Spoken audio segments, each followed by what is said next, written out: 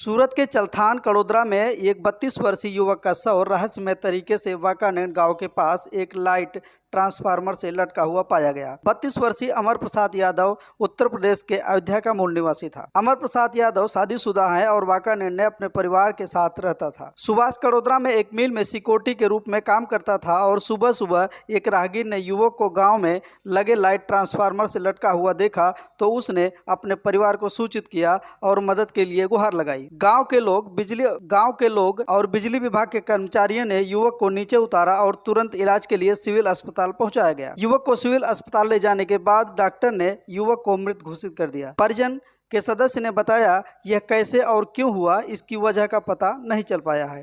फिलहाल पुलिस जांच के बाद ही सच्चाई सामने आएगी। फिलहाल कड़ोदरा पुलिस ने मामला दर्ज कर आगे की जांच कर रही है। जी, તમારું નામ? સુભાષભાઈ પ્રસાદ યાદવ। સાથે ઘટના બની છે, એમનું નામ? અમરસિંહ યાદવ। કેટલી ઉંમર છે?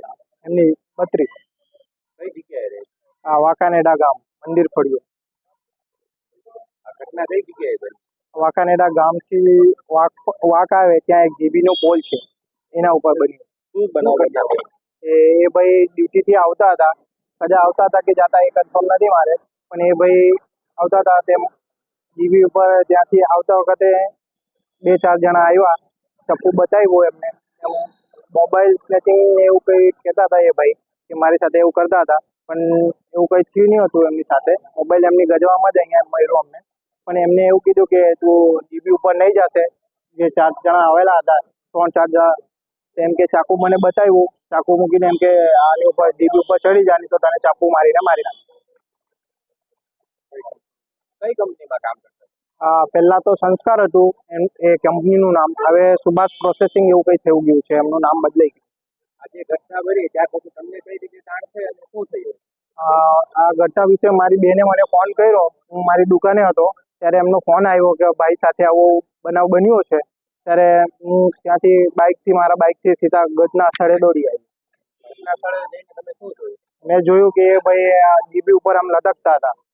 કેટલું ઉપર છે? કેટલી હાઈટ પર? એટલે આ પંખો દેખાય છે ને, એટલે આમ હાઈટ જે બી હોય એ એટલું ઉપર એ લટકતા હતા। એટલે મારા હાઈટથી એટલી હાઈટ હોય, મારે એમ આ પતરો છે ને, હવે એટલી હાઈટ ગણી લો। શું લાગે તમને? હવે એમાં તો અમને તો કોઈ ખ્યાલ નહીં આવે કે શું છે શું નથી। એ ભાઈ અમને જ્યારે અમે ત્યાં પહોંચ્યા ને ત્યાં લાઇટ વિભાગ વાળા એ બધા આવ્યા હતા, જીબી વાળા, લાઇટ કટિંગ કરી હતી। એ લોકો એમના જોડે પૂછ્યું કે ભાઈ શું છે એમ તે। મેં પૂછ્યું કે ભાઈ કેમ ઉતારશો કે નહીં ઉતારશો, શું છે? કેમ કે 2 લંગર કાપવાના છે, એ કાપી દઈએ પછી તમે બોડી એ જે ભાઈ છે ઉપર એમને પછી હાથ લગાવતા એમ। અમે લોકો બધા જે રોડના બાજુવાળા અને બધા જોવાવાળા જે બી હતા અને અમારા ગામના બી હતા 2-4 જણા, એ અમે લોકોએ ત્યાં ઊભા રહ્યા। પછી એ લોકોએ લંગર કાપ્યું, અમારા ગામવાળાએ જીબી વાળાએ બધા મળીને, પછી એમને અમે લોકો ઉપર ચડીને થાંભલા ઉપર જીબી ઉપર ત્યાંથી એમને નીચે કાઢ્યો। એ જીબીની ગાડીમાં જ અમે ત્યાં પુલિયો છે ને ત્યાં આગળ ત્યાં સુધી અમે લાવ્યા। ત્યાં પછી આ 108 આવી ગઈ, એમાં નાખીને અમે સિવિલ આવી। તમને કોઈના વિરુદ્ધ શંકા છે કે આ વસ્તુ કરવામાં આવી? હવે એમાં તો મને એટલું બધું કોઈ ઉપર શંકા નહીં કરાય, પણ આમ ઘરમાંથી મને એમ વાત મળી હતી કે એમના ઓફિસમાં એમ થોડુંક કંઈક પ્રોબ્લેમ ચાલતું હતું। એમ કહેતા હતા કે ભાઈ કોઈ નવી મેડમ આવી છે, એમને થોડુંક હેરાન કરે છે, દોડ ભાગ કરાવે છે એવું, પણ હવે શ્યોરિટી નથી। મારી આંટી એમ વાત કરતી હતી એટલે મને ઘરેથી એમ મારા કાનમાં આ વાત આવી છે, શ્યોર નથી હું। ब्यूरो रिपोर्ट, सूरत। गुजरात के सूरत शहर में शुरू होने जा रहा है मीडिया संस्थान।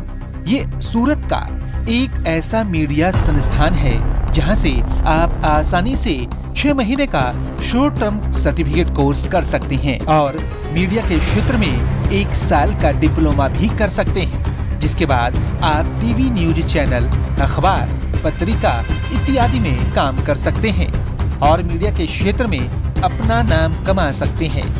जो भी प्रवेश पाना चाहते हैं अपना मोबाइल नंबर कमेंट बॉक्स में लिखें, हमारे प्रतिनिधि आपसे संपर्क करेंगे।